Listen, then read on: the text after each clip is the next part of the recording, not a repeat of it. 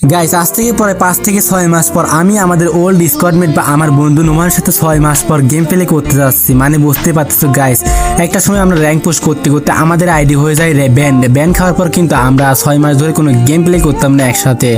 আর 6 মাস পর কিন্তু আমরা আবারও চলে আসছি একসাথে র্যাঙ্ক পুশ করার উদ্দেশ্যে। আর এখানে যেহেতু আমরা চলে আসছি র্যাঙ্ক পুশ করার উদ্দেশ্যে, এদিকে কিন্তু আমাদের স্কোয়াডমেট সবাই বলতেছিল ভাই আজকে র্যাঙ্ক পুশ করবো না, চলো আজকে যাই আমরা সোশ্যাল ল্যান্ডে গিয়ে সাপ্রিগিরি করি। তো গাইস ফাইনালি কিন্তু আমরা চলে আসি সোশ্যাল ল্যান্ডে। আর এখানে আসতে না আসতে দেখি আমাদের সামনে দাঁড়িয়ে আছে সুন্দরী একটা নায়িকা। বাট এটাকে কিন্তু আমরা ট্রাই করবো আমাদের ফ্রেন্ড লিস্টে নেওয়া আসার।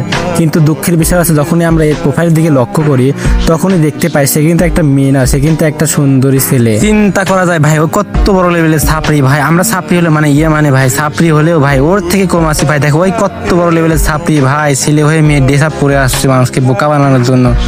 ভাই দুঃখ ভরা ক্লান্ত মনে আমরা চলে আসি আমাদের ছাপড়ি গ্যাংয়ের সামনে। আর এখানে দেখি আমাদের ছাপড়ি গ্যাং কিন্তু এখানে ছাপড়িগিরি করতেছিল রে।